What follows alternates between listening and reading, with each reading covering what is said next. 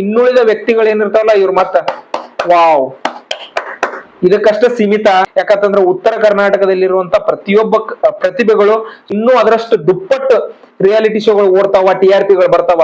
So content creator ಮಾಡ್ತಿದ್ದಾರ, ಒಳ್ಳೊಳ್ಳೆ ಪ್ರತಿಭೆಗಳಿದಾವ, so ಕಲಾವಿದರಿದಾರ. ಈ ಕಡೆ ಎಲ್ಲಾ ಕಡೆ ಭಾಗದಿಂದ ಒಬ್ಬೊಬ್ಬ ಪ್ರತಿಭೆಗಳನ್ನ ಕರ್ಕೊಂಡು ಯಾಕೆ ನೀವು ಒಂದು ರಿಯಾಲಿಟಿ ಶೋ ಆಗಿರ್ಬೋದು, ಒಂದು ರಿಯಾಲಿಟಿ ಶೋ ಆಗಿರ್ಬೋದು, ಸಿನಿಮಾ ಆಗಿರ್ಬೋದು, ಸೀರಿಯಲ್ ಆಗಿರ್ಬೋದು, ಯಾಕೆ ನಾನು ಇಷ್ಟೊಂದ್ ಸರಿ ಹೇಳತ್ತಂದ್ರ ಸೊ ನಮ್ಮನ್ನ ಉಪ್ಪಿನಕಾಯಿ ತರ ಉತ್ತರ ಕರ್ನಾಟಕದ ಜನತೆಯನ್ನ ಬಳಸ್ಕೋತಾರ. ಆಡಿಷನ್ ಕಾಲ್ ಅಂತ ಎಲ್ಲಾ ಕಡೆ ಕರೀತಾರ, ಎಲ್ಲಾ ಕಡೆ ಆಡಿಷನ್ ತಗೋತಾರ, ಆದ್ರೆ ಸೆಲೆಕ್ಟ್ ಆಗೋ ವ್ಯಕ್ತಿಗಳ ಮಾತ್ರ. ಎಲ್ಲರಿಗೂ ನಮಸ್ಕಾರ, ನಾನು ನಿಮ್ಮ ಪ್ರೀತಿಯ SM ಸಚಿನ್. ಸೊ ಯಾವುದೇ ಒಂದು ರಿಯಾಲಿಟಿ ಶೋ ಆಗಿರ್ಬೋದು ಅಥವಾ ಯಾವುದೇ ಒಂದು ಸೀರಿಯಲ್, ಸಿನಿಮಾ, ಆಡಿಷನ್ ಕಾಲ್ ಅಂತ ಬಂದಾಗ ಸೊ ತುಂಬಾ ಮುಖ್ಯವಾಗಿ ಎಲ್ಲರೂ ಏನಂತಾರ, ನಾನು ಇದಕ್ಕೆ ಸೆಲೆಕ್ಟ್ ಆಗ್ಬೇಕು ಅಂತಹ ಸೊ ಎಲ್ಲಾ ವ್ಯಕ್ತಿಗಳಲ್ಲಿ ಒಂದು ಪ್ರತಿಭೆ ಅನ್ನೋದು ಇದ್ದೇ ಇರ್ತೈತಿ. ಸೊ ನನ್ನಲ್ಲಿ ಆಗಿರ್ಬೋದು, ನಿಮ್ಮಲ್ಲಿ ಆಗಿರ್ಬೋದು, ಅಥವಾ ಈ ವಿಡಿಯೋನ ನೋಡ್ತಿರೋ ಯಾರಲ್ಲೂ ಕೂಡ ಆಗಿರ್ಬೋದು, ಅಥವಾ ನಿಮ್ಮ ನೋಡೋರು ಪಕ್ಕದಲ್ಲಿರೋರ್ಗಾದ್ರೂ ಒಂದ್ ಯಾವ್ದಾರ ಬಾಜುಕಿರೋರ್ಗಂದ್ರು ಒಂದ್ ಯಾವ್ದಾರ ಒಂದು ಕಲೆ ಅನ್ನೋದು ಇದ್ದೇ ಇರ್ತೈತಿ. ಸೊ ಇಂತಹ ಒಂದು ಆಡಿಷನ್ ಅಂತ ಕರೆದಾಗ ಎಲ್ಲಾ ಜನರಲ್ಲೂ ಒಂದು ಸರ್ವೇ ಸಾಮಾನ್ಯವಾದಂತಹ ಪ್ರಶ್ನೆ ಅಥವಾ ಅದಕ್ಕೆ ಉತ್ತರ ಏನಪ್ಪಾ ಅಂತಂದ್ರ, ಸೊ ನಾನು ಈ ಒಂದು ಆಡಿಷನ್ ನ ಕೊಡ್ಬೇಕು, ಮತ್ತೆ ಈ ಆಡಿಷನ್ಗೆ ನಾನು ಒಂದು ಸೆಲೆಕ್ಟ್ ಆಗ್ಬೇಕು ಅನ್ನೋದನ್ನ ಏನೈತಲ್ಲ ಸೊ ಎಲ್ಲರಲ್ಲೂ ಇದ್ದೇ ಇರ್ತೈತಿ. ಸೊ ಅದಕ್ಕ ಇವಾಗ ಸದ್ಯಕ್ಕಂತೂ 2 ರಿಯಾಲಿಟಿ ಶೋಗಳದ ಒಂದು ಆಡಿಷನ್ ಕಾಲ್ ಅನ್ನ ತಗೋತಾರ. ಸೊ ಅದ್ರೊಳಗಿಂದ ಏನೈತಪ್ಪ ಅಂತಂದ್ರ ಒಂದು ಲೈವ್ ಅಂದ್ರೆ ಮುಂದ್ಗಡೆನ ಬಂದು ಒಂದು ಜಂಗಲ್ ಬೋಗಿ ಅನ್ನೋದೊಂದು ಸದ್ಯಕ್ಕೆ ಈಗ ಆಡಿಷನ್ ಅದು ನಡೆಯತಿತ್ತ. ಸೊ ಅದ್ರದ್ದು ಏನೈತಲ್ಲ ಡೈರೆಕ್ಟ್ ಓಪನ್ ಟು ಓಪನ್ ಅಂದ್ರೆ ಯಾವ ತರ ನಡೀತೈತಿ ಏನ ಅಂತ ಅನ್ನೋದು ಮುಂದ್ಗಡೆನ ಸೊ ಒಂದ್ ಅದರದ ಆಡಿಷನ್ ತಗೋತಾರ. ಸೊ ಇನ್ನೂ ಒಂದು ಆಡಿಷನ್ ಯಾವ್ದು ನಡೆಯತೈತಿ ಅಂತಂದ್ರ ದೊಡ್ಡದಾದಂತಹ ಶೋ, ರಿಯಾಲಿಟಿ ಶೋ. ಯಾಕಂತಂದ್ರೆ ಇಷ್ಟು ವರ್ಷ ಎಲ್ಲರೂ ಅದನ್ನ ಒಪ್ಕೊಂಡು ಇಲ್ಲಿವರೆಗೂ ಬಂದಿದಾರ. ಸೊ ಇವಾಗ 13ನೇ season Bigg Boss reality show. ಯಾಕಂತಂದ್ರ ಕನ್ನಡದ ಅತಿ ದೊಡ್ಡ ರಿಯಾಲಿಟಿ ಶೋ ಅಂತಾನ ಹೇಳ್ಬೋದು. ಈ ರಿಯಾಲಿಟಿ ಶೋದ ಈಗ ಆಡಿಷನ್ ಕಾಲ್ದನ ರಿಜಿಸ್ಟ್ರೇಷನ್ ಅಂತ ಏನೋ ಮಾಡತಾರಂತ. ಅದು ಯಾವ್ದಾರ ಆನ್ಲೈನ್ ಅಂದ್ರೆ ವೆಬ್ಸೈಟ್, ಒಂದು ಸೈಟ್ ಐತಿ. ಸೊ ಆ ಸೈಟ್ ಒಳಗಡೆ ಇವ್ರದ್ದು ಮೊಬೈಲ್ ನಂಬರ್ ಹಾಕ್ಬೇಕಂತ, ಅದಕ್ಕೆ OTP ಬರ್ತೈತಿ. ಸೊ OTP ಆದ ನಂತರ ಇವ್ರದೊಂದು 3 ನಿಮಿಷದ ವಿಡಿಯೋವನ್ನ ಮಾಡಿ ಅಂತಂದ್ರೆ ನಾನ್ ರಿಯಾಲಿಟಿ ಶೋ ಹೋದ್ರೆ ಸೊ ನನ್ನ ಏನ್ ಅದ್ರ ರಿಯಾಲಿಟಿ ಶೋ ಹೋದ ನಂತರ ನನ್ನ ಒಂದು ಒಪಿನಿಯನ್ ಏನೋ, ಅಥವಾ ನಾನು ರಿಯಾಲಿಟಿ ಶೋ ಹೋದ ನಂತರ ಏನ್ ಮಾಡ್ತೀನಿ ಅನ್ನೋದು ಒಂದು 3 ನಿಮಿಷದ ವಿಡಿಯೋ ಮಾಡಿ ಅದ್ರೊಳಗೆ ಅಪ್ಲೋಡ್ ಮಾಡ್ಬೇಕಂತ. ಸೊ ಅಪ್ಲೋಡ್ ಮಾಡಿದ ನಂತರ ಅವ್ರು ವಾಪಸ್ ಸೆಲೆಕ್ಟ್ ಆಗ್ತಾರ ಬಿಡ್ತಾರ ಅನ್ನೋದು ಅದನ್ನ ನೋಡ್ಕೊಂಡು ಅವ್ರು ಮತ್ತೆ ನೆಕ್ಸ್ಟ್ ಆಡಿಷನ್ ಅಂತೇಳಿ ಮತ್ತೆ ಕರೀತಾರಂತ. ಸೊ ಈ ತರ ಎಲ್ಲ ಚರ್ಚೆಗಳು ಈಗ ಒಂದು ಸೋಷಿಯಲ್ ಮೀಡಿಯಾದಾಗ ಹರಿದಾಡತಾವ. ಸೊ ನಾನ್ ಇದಕ್ಕೊಂದು ನನಗನ್ಸಿರೋ ಒಂದು ಅಭಿಪ್ರಾಯ ಅಥವಾ ನನಗನ್ಸಿರೋ ಒಂದು ವಿಷಯ ಹೇಳೋಕ್ಕಿಂತ ಮುಂಚೆ, ಸೊ ಈಗ ಸೋಷಿಯಲ್ ಮೀಡಿಯಾದಾಗ ನಾನು ಒಂದು ಕೆಲವೊಂದು ವಿಷಯಗಳನ್ನ ಅಥವಾ ನಾನು ಕೆಲವೊಬ್ಬರ ವಿಡಿಯೋಗಳನ್ನ ನೋಡಿದ ಪ್ರಕಾರ ಅವ್ರು ಏನಂತಿದಾರ ಅಂತಂದ್ರ, ಸೊ ಈ ತರ ಎಲ್ಲ ಸೋಷಿಯಲ್ ಮೀಡಿಯಾದಾಗ ಏನ ಈಗ ಹೇಳಿದ್ನಲ್ಲ ರಿಯಾಲಿಟಿ ಶೋಗಳದ ಆಡಿಷನ್ ಕರೆದಿರ್ತಾರ. ಸೊ ಎಲ್ಲ ಮುಂಚೆನ ಸೆಲೆಕ್ಟ್ ಆಗಿರ್ತಾವ ಅನ್ನೋ ಕೆಲವೊಬ್ಬರ ಅಭಿಪ್ರಾಯ, ಎಲ್ಲರದು ಅಂತ ಹೇಳ್ತಿಲ್ಲ ನಾನು. ಸೊ ಕೆಲವೊಬ್ಬರು ಆ ತರಾನು ಹೇಳಿದಾರ. ಇನ್ನು ಕೆಲವೊಬ್ರು ಏನ್ ಮಾಡಿದಾರ ಅಂದ್ರ, ಸೊ ಪ್ರತಿ ವರ್ಷ ಏನೈತಲ್ಲ ಬಿಗ್ ಬಾಸ್ ರಿಯಾಲಿಟಿ ಶೋ ಅನ್ನೋದ ಫೇಮಸ್ ಆದವ್ರನ್ನ ಮತ್ತು ಅದಲ್ದನ ಬೆಳೆದಿರುವಂತಹ ಸೋಷಿಯಲ್ ಮೀಡಿಯಾದಾಗಲಿ ಸೊ ಮತ್ತೆ ಇನ್ನಿತರ ಯಾವ್ದಾರ ಒಂದು ಕ್ಷೇತ್ರಗಳಲ್ಲಿ ಅವ್ರು ಬೆಳೆದಿರುವಂತಹ ವ್ಯಕ್ತಿಗಳನ್ನ ಕರೆಸಿ ಸೊ ಈ ಒಂದು ಶೋನ ಆಯೋಜನೆ ಮಾಡ್ತಾ ಇದ್ರು. ಸೊ ಈ ಸಲ ಏನ್ ಮಾಡ್ಬೇಕಂತ ಅನ್ಕೊಂಡಿದಾರಂತಂದ್ರ, ಪ್ರತಿಯೊಬ್ಬರನ್ನು ಕೂಡ ಜನಸಾಮಾನ್ಯರು, ಸೊ ಸಾಮಾನ್ಯ ವ್ಯಕ್ತಿಗಳನ್ನ ಬಿಗ್ ಬಾಸ್ಗೆ ಕರೆಸಿ ಸೊ ಈ ಒಂದು ರಿಯಾಲಿಟಿ ಶೋನ ಮಾಡ್ಬೇಕಂತ ಎಲ್ಲರೂ ಅನ್ಕೋತಿದಾರಂತ. ಅದಕ್ಕಾಗಿನ ಈ ತರ ಸೊ ವೆಬ್ಸೈಟ್ ಅಲ್ಲಿ ಅಥವಾ ಒಂದು ಆನ್ಲೈನ್ ಅದ್ರ ರಿಜಿಸ್ಟ್ರೇಷನ್ ಮುಖಾಂತರ ಕರೆದಿದಾರತ್ತ ಅಂತಿದಾರ. ಬಟ್ ಆದ್ರೆ ಅದಕ್ಕೆ ಏನೋ ರಿಯಾಕ್ಷನ್ ಇವೆಲ್ಲ ಯಾವ ತರ ಅಂತಂದ್ರ, ಸೊ ಈ ರಿಯಾಲಿಟಿ ಶೋದವ್ರು ಇವ್ರು ಏನ್ ಮಾಡತಾರ, ಆಲ್ರೆಡಿ ಅದಕ್ಕೆ ದುಡ್ಡು ಮಾಡತಾರ. ಯಾಕಂತಂದ್ರ ಒಂದು ವೆಬ್ಸೈಟ್ ಒಳಗಡೆ ಹೋದ್ರ ಸೊ ಅದಕ್ಕ ಇಷ್ಟ ನಿಮಿಷ ಅಂತೇಳಿ ನೀವು ಅದಕ್ಕೆ ಟೈಮ್ ಕೊಟ್ರ ಅದಕ್ಕೆ ಎಷ್ಟು ಸರ್ಚ್ ಗಳಾಗ್ತಾವ, ಮತ್ತೆ ಎಷ್ಟು ಅದಕ್ಕೆ ಜನ ನೋಡ್ತಿರ್ತಾರ, ಸೊ ಎಷ್ಟು ಅದಕ್ಕೆ ಜನ ಲಾಗಿನ್ ಆಗತ್ತಿದಾರ, ಇದ್ರ ಮೇಲೂ ಅವ್ರಿಗೆ ಒಂದು ರಿಯಾಲಿಟಿ ಶೋದವ್ರಿಗೆ ದುಡ್ಡು ಹೋಗ್ತಿರ್ತೈತಿ ಅಂತ. So totally last end of the point ಏನಪ್ಪಾ ಅಂತಂದ್ರ, ಸೊ ಯಾವ್ದೇ ಒಂದು ರಿಯಾಲಿಟಿ ಶೋ ಆಗಿರ್ಲಿ, ಒಂದು ಸೀರಿಯಲ್ ಆಗಿರ್ಲಿ, ಸಿನಿಮಾ ಆಗಿರ್ಲಿ, ಏನೈತೆ ಅಂತಂದ್ರ ದುಡ್ಡಿಗೆನ ಮಾಡ್ತಿರ್ತಾರ, ಅವ್ರು ದುಡ್ಡನ್ನು ಕೊಡ್ತಿರ್ತಾರ, ದುಡ್ಡನ್ನು ಮಾಡ್ತಿರ್ತಾರ. ಸೊ ಅದು ಅವರ ಒಪಿನಿಯನ್. ಸೊ ಯಾರೋ ಒಬ್ರು ಹೇಳಿದ್ರಿ, ಅದನ್ನ ನಾನು ಕೇಳಿದ್ನಿ, ಅದು ನನಗೆ ರೀಲ್ಸ್ ಅಂದ್ರೆ ಒಬ್ರದ್ ಬಂದಿತ್ತು, ಅದನ್ನಗೋಸ್ಕರ ನನ್ನ ಒಪಿನಿಯನ್ ಅವ್ರು ಈ ತರ ಅನ್ಕೊಂಡಿದ್ರು. ಬಟ್ ಅದ್ ತಪ್ಪೇನಲ್ಲ. ಯಾಕಂತಂದ್ರೆ ಅವ್ರದ್ದು ರಿಯಾಲಿಟಿ ಶೋ ಮಾಡೋ ಉದ್ದೇಶನ TRP ಬರ್ತಿರ್ತೈತಿ, ದುಡ್ಡು ಬರ್ತಿರ್ತೈತಿ, ಅದಕ್ಕೆ ಬೇರೆ. ಅದ್ರ ಬಗ್ಗೆ ನಾನೇ ಜಾಸ್ತಿ ಮಾತಾಡಂಗಿಲ್ಲ. ಸೊ ಅವ್ರು ಮಾಡ್ಲಿ, ಪ್ರಾಬ್ಲಮ್ ಇಲ್ಲ. ಆದ್ರೆ ನನ್ನ ಒಂದು ಅಭಿಪ್ರಾಯ ಏನಪ್ಪಾ ಅಂತಂದ್ರೆ, ಅವಾಗನ ಹೇಳಿದ್ನಲ್ಲ, ಸೊ ಈಗ ಅದನ್ನ ಹೇಳಕ್ ಬರ್ತಾನೆ ಕೇಳ್ರಿ. ಸೊ ಈ ಒಂದು ರಿಯಾಲಿಟಿ ಶೋ ಆಗಿರ್ಬೋದು, ಒಂದು ಸಿನಿಮಾ ಆಡಿಷನ್ ಆಗಿರ್ಬೋದು, ಅಥವಾ ಸೀರಿಯಲ್ ಆಡಿಷನ್ ಆಗಿರ್ಬೋದು, ಯಾವುದೇ ಒಂದ್ ಆಗಿರ್ಲಿ, ಆಡಿಷನ್ ಕಾಲ್ ಅಂತ ಎಲ್ಲಾ ಕಡೆ ಕರೀತಾರ, ಎಲ್ಲಾ ಕಡೆ ಆಡಿಷನ್ ತಗೋತಾರ. ಆದ್ರೆ ಸೆಲೆಕ್ಟ್ ಆಗೋ ವ್ಯಕ್ತಿಗಳು ಮಾತ್ರ ಏನೈತಲ್ಲ, ಅತಿ ಹೆಚ್ಚಿನ ಸಂಖ್ಯೆಯಲ್ಲಿ ದಕ್ಷಿಣ ಕರ್ನಾಟಕದ ಜನರ ಈ ಒಂದು ಯಾವುದೋ ಒಂದು ಆಡಿಷನ್ ಕಾಲ್ ಆಗಿರ್ಲಿ, ರಿಯಾಲಿಟಿ ಶೋ ಆಗಿರ್ಲಿ, ಮತ್ತಿನ್ನಿ ತರ ಯಾವುದೇ ಒಂದು ಆಪ್ಷನ್ ಅಂತ ಬಂದಾಗ, ಎಂಟರ್ಟೈನ್ಮೆಂಟ್ ಕಂಟೆಂಟ್ ಗಳಂತ ಬಂದಾಗ ದಕ್ಷಿಣ ಕರ್ನಾಟಕದವರೇ ಹೆಚ್ಚಾಗಿ ಇದರಲ್ಲಿ ಸೆಲೆಕ್ಟ್ ಆಗ್ತಿರ್ತಾರ.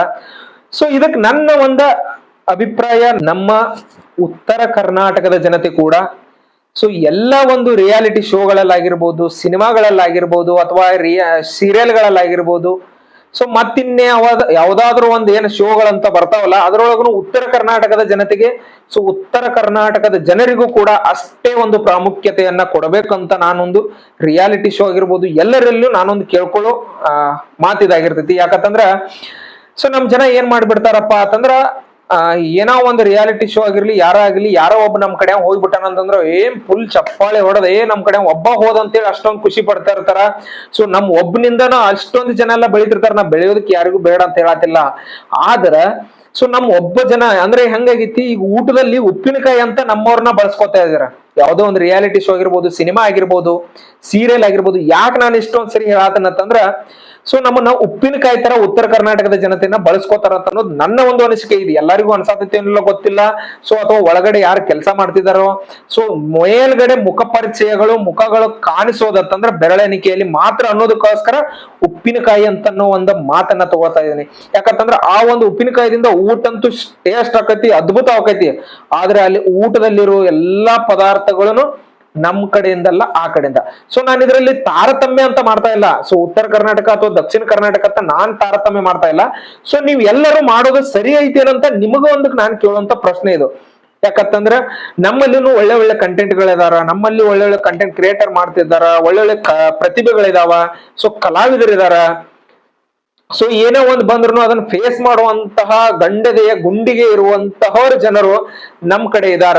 ಸೊ ಇಂಥ ಎಲ್ಲ ಇದ್ದಾಗ, ಸೊ ಯಾಕೆ ಸೆಲೆಕ್ಟಿಂಗ್ ಪ್ರೊಸೀಜರ್ ಅಂತ ಬಂದಾಗ, ಅಥವಾ ಸೆಲೆಕ್ಟ್ ಮಾಡ್ಕೊಳ್ಳೋರು ಒಂದು ಆಯಾಮದಲ್ಲಿ ಯಾಕೆ ನಮ್ಮ ಜನರ ಸೆಲೆಕ್ಟ್ ಅನ್ನೋದು ಕಡಿಮೆ ಆಗ್ತೈತಿ. ಸೊ ನಾನೀಗ ಬಿಗ್ ಬಾಸ್ ರಿಯಾಲಿಟಿ ಶೋದ ಬಗ್ಗೆ ನನ್ನ ಕೇಳ್ಬೇಕಪ್ಪ ಅಂತಂದ್ರ, ಸೊ ಪ್ರತಿ ವರ್ಷನೂ ಒಬ್ರು ಇಬ್ರು 3 ಜನ, ಬಾಳ ಅಂತಂದ್ರ 2-3 ಜನ ಇರ್ತಾರ. ಸೊ ಈ ತರ ಆಗೋಕ್ಕಿಂತ, ಸೊ ನನ್ನ ಒಂದು ಏನಪ್ಪಾ ಅಂತಂದ್ರೆ, ಒಂದು ರಿಯಾಲಿಟಿ ಶೋ ಅಲ್ಲಿ 10ರಿಂದ 20 ಜನ ಇರ್ತಾರ ಅಂತ ಅನ್ಕೊಳ್ಳೋಣ. ಯಾವುದೇ ಒಂದು ರಿಯಾಲಿಟಿ ಶೋ ಆಗಿರ್ಲಿ, 20 ಜನ ಇದಾರ ಅಂತಂದ್ರ ಅದರಲ್ಲಿ ಮಿನಿಮಮ್ ಏನಿಲ್ಲ ಅಂತಂದ್ರು, ಸೊ ಆ ಕಡೆ ಯಾಕಂತಂದ್ರ ನನ್ನ ಒಂದು ಅಭಿಪ್ರಾಯ ಏನಂತಂದ್ರೆ, ಟೋಟಲಿ ಒಂದು ನಮ್ಮ ಕರ್ನಾಟಕದಲ್ಲಿ ಎಷ್ಟು ಜಿಲ್ಲೆಗಳಿದಾವಲ್ಲ, ಸೊ ಎಲ್ಲಾ ಜಿಲ್ಲೆಯಿಂದನೂ ಕಂಟೆಸ್ಟ್ ಅಂತೂ ಆಡಿಷನ್ ಇದ್ದಾಗ ಎಲ್ಲರೂ ಮಾಡಿರ್ತಾರ. ಅದರಲ್ಲಿ ಒಂದೊಂದು ಜಿಲ್ಲೆಯವ ಅಥವಾ ಒಂದೊಂದು ಮೇನ್ ಸರ್ಕಲ್, ಇವಾಗ ಒಂದು ಹುಬ್ಳಿ, ಧಾರವಾಡ, ಬೆಳಗಾವಿ ಈ ತರ ಒಂದ್ ಸರ್ಕಲ್ ಅಲ್ಲಿ, ಈ ಕಡೆ ವಿಜಾಪುರ, ಗುಲ್ಬರ್ಗ, ಯಾದಗಿರಿ ಆ ಕಡೆ ಹಿಂಗ್ ಈ ತರ. ಸೊ ಈ ಕಡೆ ಕಾರವಾರ, ಉಡುಪಿ, ಮಂಗಳೂರು ಈ ಕಡೆ, ಸೊ ಮಂಡ್ಯ, ಮೈಸೂರು, ಆ ಕಡೆ ಭಾಗ, ಬೆಂಗಳೂರು ಈ ಕಡೆ ಭಾಗ, ಕೋಲಾರ. ಸೊ ಈ ಕಡೆ ಎಲ್ಲಾ ಕಡೆ ಭಾಗದಿಂದ ಒಬ್ಬೊಬ್ಬ ಪ್ರತಿಭೆಗಳನ್ನ ಕರ್ಕೊಂಡು ಯಾಕೆ ನೀವು ಒಂದು ರಿಯಾಲಿಟಿ ಶೋ ಆಗಿರ್ಬೋದು, ಸೊ ಯಾಕೆ ಒಂದು ಸಿನಿಮಾ ಸೀರಿಯಲ್ಗಳನ್ನ ಈ ಕಡೆ ಎಲ್ಲಾ ಭಾಗದಿಂದ ಒಬ್ಬೊಬ್ಬ ಅದರಲ್ಲಿ ಆರಿಸ್ಕೊಳ್ರಿ, ಸೆಲೆಕ್ಟ್ ಮಾಡ್ಕೊಳ್ರಿ. ಅದರಲ್ಲಿ ಸೆಲೆಕ್ಟ್ ಮಾಡ್ಕೊಂಡು ಎಲ್ಲಾ ಭಾಗದಿಂದ ಒಬ್ಬೊಬ್ಬ ವ್ಯಕ್ತಿನ ಕರ್ಕೊಂಡ್ರು ನಿಮ್ ರಿಯಾಲಿಟಿ ಶೋ ಯಾವ್ದು ಬೇಕಾದ್ ಮಾಡ್ರಿ. ಅದಕ್ಕೆ ಇನ್ನೂ ಅದರಷ್ಟು ದುಪ್ಪಟ್ಟು ರಿಯಾಲಿಟಿ ಶೋಗಳು ಓಡ್ತಾವ, TRPಗಳು ಬರ್ತಾವ. ಸೊ ನೀವ್ ಏನ್ ಮಾಡ್ತಾ ಇದೀರಾ ಅಂತಂದ್ರ, ಸೊ ಅಲ್ಲಿ ಸೀಮಿತ ಅಥವಾ ಸೊ ಯಾರು ಕೆಲವೊಂದು ಎಲ್ಲ ರಿಯಾಲಿಟಿ ಶೋಗಳೆಲ್ಲ ಆಗ್ತಾವ, ನಿಲ್ಲೋ ಸೀರಿಯಲ್ ಸಿನಿಮಾದಲ್ಲಿ ಅಂತೂ ಆಗ್ತಿರ್ತಾವ. ಅದ್ ನನಗ್ ಅದು ಗೊತ್ತಿರೋ ಪ್ರಕಾರ. ಇದ್ರಲ್ಲಿನೂ ಹೆಂಗ್ ಆಗ್ತಾವ ಗೊತ್ತಿಲ್ಲ. ಸೊ ರಿಲೇಟಿವ್ಸ್ ಅಥವಾ ಯಾರು ಇನ್ಫ್ಲೂಯೆನ್ಸ್ ಇತ್ತಂತಂದ್ರ, ಸೊ ಇವ್ರ ಜೊತೆ ಕಾಂಟ್ಯಾಕ್ಟ್ ಇತ್ತಂದ್ರ, ಸೊ ಅವ್ರು ಸೆಲೆಕ್ಟ್ ಆಗೋ ಜಾಸ್ತಿ ಪರ್ಸೆಂಟೇಜ್ ಇರ್ತಾವ. ಸೊ ಈಗ ನಾನು ಹೇಳಿದ್ನಲ್ಲ, ಈ ಕಡೆ ಈ ಭಾಗದಿಂದ ಎಲ್ಲರನ್ನು ಯಾರಾದ್ರೂ ಈ ಕಡೆ ವ್ಯಕ್ತಿಗಳನ್ನ ಒಬ್ಬೊಬ್ರ ಇಬ್ಬಿಬ್ಬರನ್ನ ಎಲ್ಲರನ್ನು ಸೆಲೆಕ್ಟ್ ಮಾಡ್ಕೊಂಡು ನೀವು ಒಂದು ರಿಯಾಲಿಟಿ ಶೋ ಆಗಿರ್ಲಿ, ಒಂದು ಯಾವುದೋ ಒಂದು ದೊಡ್ಡ ಒಂದು ಕಾರ್ಯಕ್ರಮ ಏನೇ ಒಂದು ಮಾಡಿದ್ರು ನಾವು 100% ಸಕ್ಸಸ್ ಆಗ್ತಾವೆ. ಯಾಕಂತಂದ್ರೆ ಇದರಲ್ಲಿ ಯಾರಿಗೂ ತಾರತಮ್ಯ ಆಗಂಗಿಲ್ಲ. ಸೊ ಯಾರು ನಾವ್ ಹೆಚ್ಚು ನೀವ್ ಹೆಚ್ಚು ಅಂತ ಅನ್ನೋದು ಭೇದ ಭಾವನೆ ಇಲ್ಲದನೆ ಎಲ್ಲರನ್ನು ನೀವು ಬೆಳೆಸಿದಂಗ ಆಗ್ತೈತಿ. ಈ ತರ ಒಂದು ರಿಯಾಲಿಟಿ ಶೋಗಳನ್ನ ಮಾಡ್ರಿ. ಯಾಕಂತಂದ್ರೆ ಜನಸಾಮಾನ್ಯರಿಗೆ ಕೊಡ್ತೀವಿ ನಾವ್ ಎಲ್ಲಾ ಮಾಡೋದೆಲ್ಲ ಜನಸಾಮಾನ್ಯರಿಗೆ, ಸಾಮಾನ್ಯ ವ್ಯಕ್ತಿಗಳಿಗೆ ಅಂತ ಹೇಳಿ.